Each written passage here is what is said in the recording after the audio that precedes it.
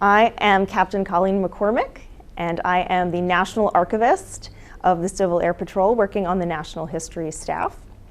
And today at the Maryland Wing Conference, we've put together a little tribute to Maryland CAP activities during the Second World War.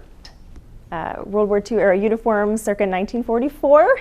This one isn't from Maryland as far as we can tell, but it was the best example I could find. Got some early flags.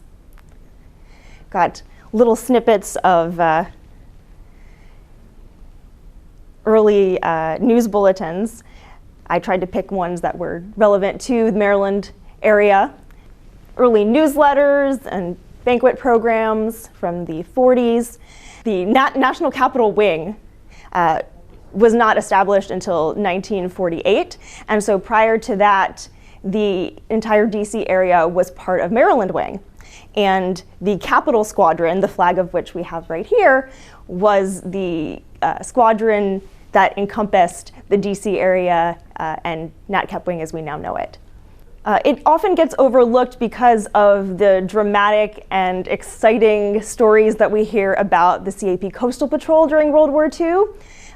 Maryland, of course, doesn't have any Coastal Patrol bases, but they did have some tow target and tracking operation bases in Maryland, and that was a big mission for Maryland Wing personnel during the war.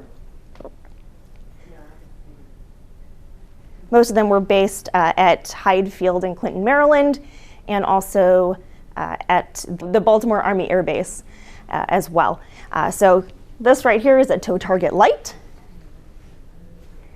It would have been tied to the cables coming off back behind an airplane, and it was used to illuminate the target sleeve, which would have been this big loop of fabric that was pulled behind the airplanes, and that would actually have been what the gunners were practicing their target practice at. You can sort of see in the picture here, there's a plane towing a target sleeve. And with the light, it would have been sort of shining to illuminate that sleeve for night practice. So that's kind of an exciting mission, a very dangerous mission, although there were some fatalities carrying out that mission, often due to the fact that during the tracking missions, when airport searchlights were following the planes, it would blind the pilots, and that could really cause some problems there. Logbooks from Maryland Wing members that date back to the Second World War. Actually, these became husband and wife. They married after the war, I believe, or just at the end of the war.